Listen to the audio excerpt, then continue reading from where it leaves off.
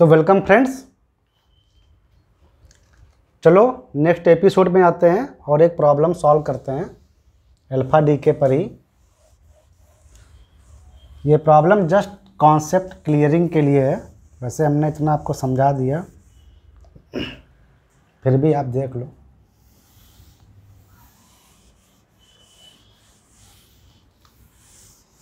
और इसी बहाने आप मास लॉस जो होता है प्रोसेस में, रेडियो एक्टिव डीके प्रोसेस में, उससे कितनी एनर्जी जनरेट हुई ये कैलकुलेट करना कम से कम आप सीख गए। ठीक है,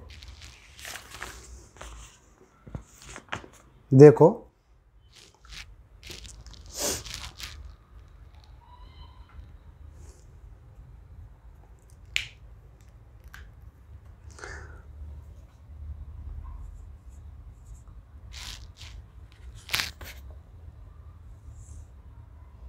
ये यूरेनियम 238 है।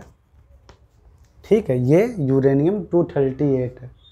यूरेनियम 235 आपने सुना होगा, ये इसी का एक आइसोटोप है। आइसोटोप मीन्स यूरेनियम तो है लेकिन इसमें न्यूट्रॉन के नंबर्स ज़्यादा हैं, एटॉमिक नंबर तो सेम है, यानी प्रोटॉन के नंबर सेम है।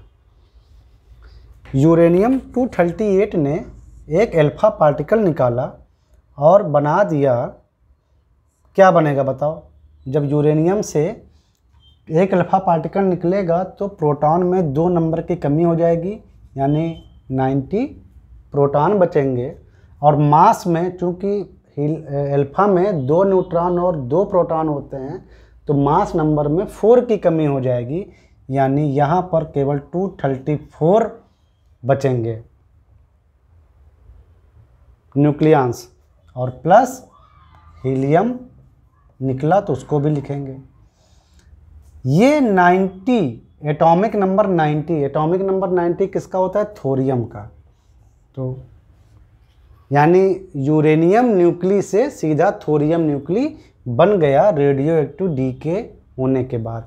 हीलियम निकला, मतलब हीलियम न्यूक्ली यानी अल्फा निकला और प्लस कुछ एनर्जी पैदा होगी।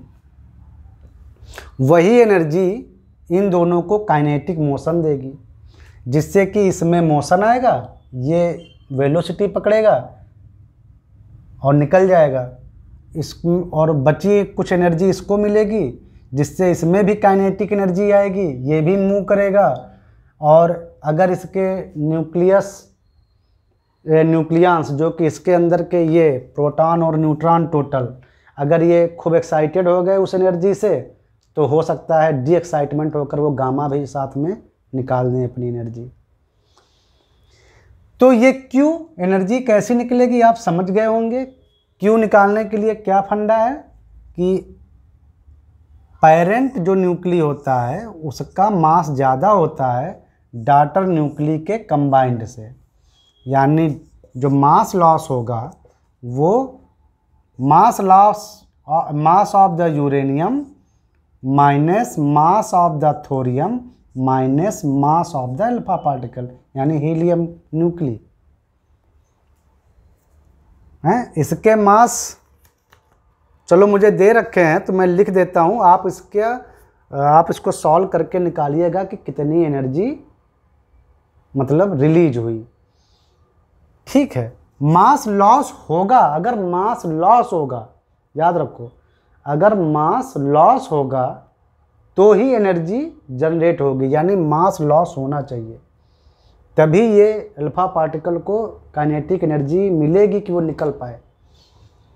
तो मास लॉस हो रहा है कि नहीं हो रहा है तो देखते हैं। तो आप कीजिएगा बाकी काम। 238.05079 यू मीन्स AMU, ठीक है, माइनस थोरियम का 234.04300 U और अल्फा का 4.00260 U।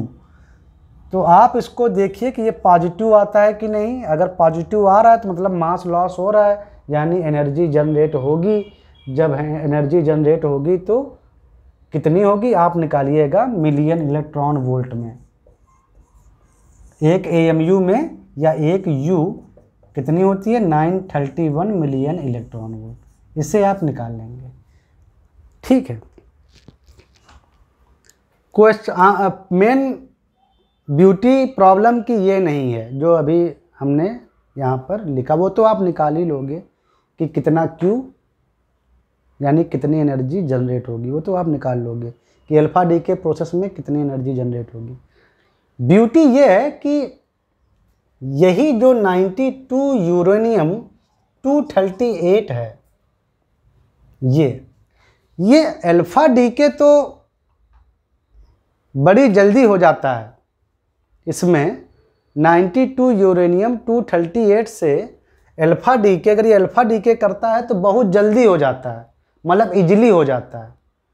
2 प्रोटॉन और 2 न्यूट्रॉन फेंक देता है, अल्फा निकलता है तो 2 प्रोटॉन 2 न्यूट्रॉन निकलते हैं ना, तो वो बहुत इजीली हो जाता है। क्योंकि आप जब इसको सॉल्व करेंगे तो आपको Q ये डेल्टा M आपको यानी मास लॉस आपको पॉजिटिव मिलेगा, देख लो मिलेगा, पक्का मिलेगा। तो इसका मतलब मास लॉस हुआ यानी Q पॉजिटिव आई, यानी कि एनर्जी रिलीज हुई है। ये आप देखेंगे कि एनर्जी रिलीज हुई है। तो ब्यूटी ये है कि यूरेनियम 238 अल्फा पार्टिकल तो आसानी से निकालता है, लेकिन ये एक प्रोटॉन निकालने में इसको बहुत तकलीफ होती है। एक प्रोटॉन निकालने में इसको बहुत तकलीफ होती है।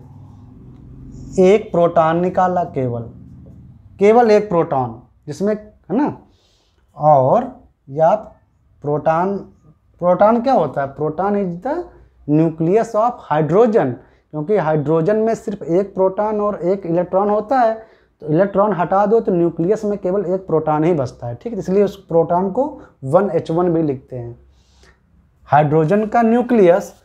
अगर यही यूरेनियम 238 एक प्रोटॉन निकालता है तो एक प्रोटॉन चला गया, 92 प्रोटॉन थे तो बचे केवल 91 प्रोटॉन, और 91 एटॉमिक नंबर होता है प्रोटैक्टियम का, प्रोटैक्टिनियम Pa लिखते हैं इसको। और यहाँ बचा 2, एक न्यूक्लियन चला गया टोटल, चूंकि ये तो सम ऑफ प्रोटॉन न्यूट्रॉन है ना, एक प्रोटॉन गया तो इतना, और प्लस एनर्जी। अब देखते हैं जरा एनर्जी कितनी है। तो पहले यहां पर हम मास लॉस निकालेंगे, तो मास लॉस क्या आएगा, इसका मास माइनस इसका मास, मतलब इसमें से ये मास घटाओ, तो mass of uranium minus mass of protactinium minus mass of proton.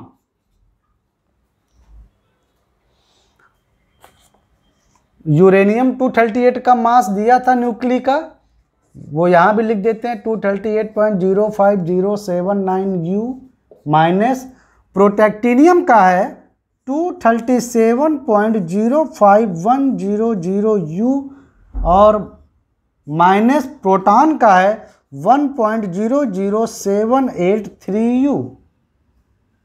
देखो जरा टोटल कितना आता है, तो 238.05079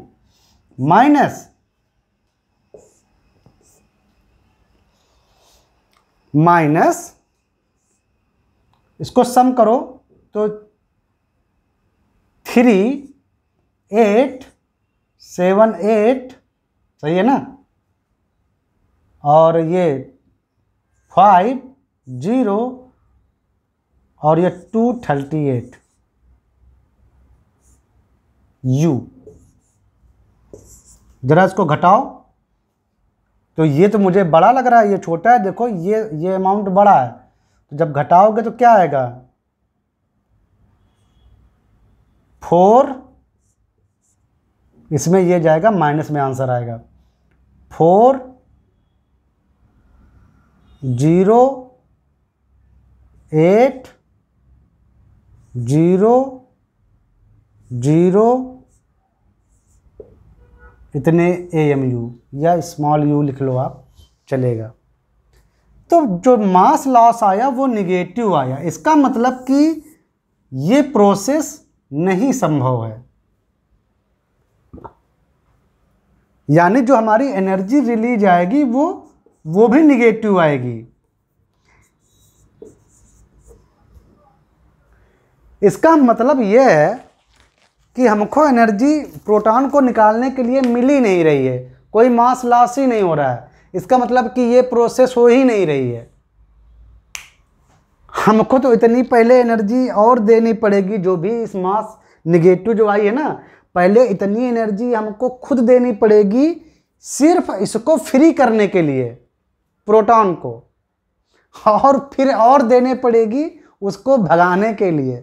तो यानी ये एंडोथर्मिक रिएक्शन है, इससे हमको हेल्प नहीं मिल रहा है, स्पॉन्टेनियस नहीं है, मतलब खुद में ये रिएक्शन नहीं हो सकती है। समझ में आया? जब सेल्फ डिसइंटीग्रेशन होता है या रेडियो एक्टिव प्रोसेस स्पॉन्टेनियसली खुद से होती है ना, तो वहाँ पर मास लॉस होता है, क्योंकि उसको एनर्जी चाहिए निकालने के लिए एलिमेंट्स। तो यहाँ तो एंडोथर्मिक रिएक्शन है, ठंडा पड़ा है माहौल, तुमको प्रोटॉन निकालना है तो खुद पहले इतनी एनर्जी दो, इतनी एनर्जी दोगे तो जस्ट ये केवल रिलीज होगा, फ्री होगा, और दे दो पहले और फिर दो ताकि वो निकले बाहर। तो यानी कि ये प्रोसेस संभव नहीं है। यूरेनियम 238 को अल्फा निकालने में आसानी है, लेकिन वो प्रोटॉन नहीं निकाल पाता। 2 प्रोटॉन 2 न्यूट्रॉन एक साथ निकाल देता है, लेकिन एक प्रोटॉन निकालने में दिक्कत है। अल्फा में 2 प्रोटॉन 2 न्यूट्रॉन होते हैं। तो this is the beauty of the energy generation due to the mass loss. Okay, spontaneous process होने के लिए क्या चाहिए? मास का लॉस चाहिए रेडियो एक्टिव डीके में, ताकि उसको एनर्जी मिले और वो फेंके अपने एलिमेंट, जिससे कि वो अनस्टेबल यानी मोर रेडियो एक्टिव न्यूक्लाइड से वो स्टेबल यानी लेस रेडियो एक्टिव न्यूक्लाइड बना सके। ठीक है, चलो मिलते हैं नेक्स्ट एपिसोड में। अब हम बीटा डीके पढ़ेंगे। क्या पढ़ेंगे? बीटा डीके, कि बीटा पार्टिकल्स कैसे निकलते हैं। ठीक है, चलो मिलते हैं नेक्स्ट एपिसोड में।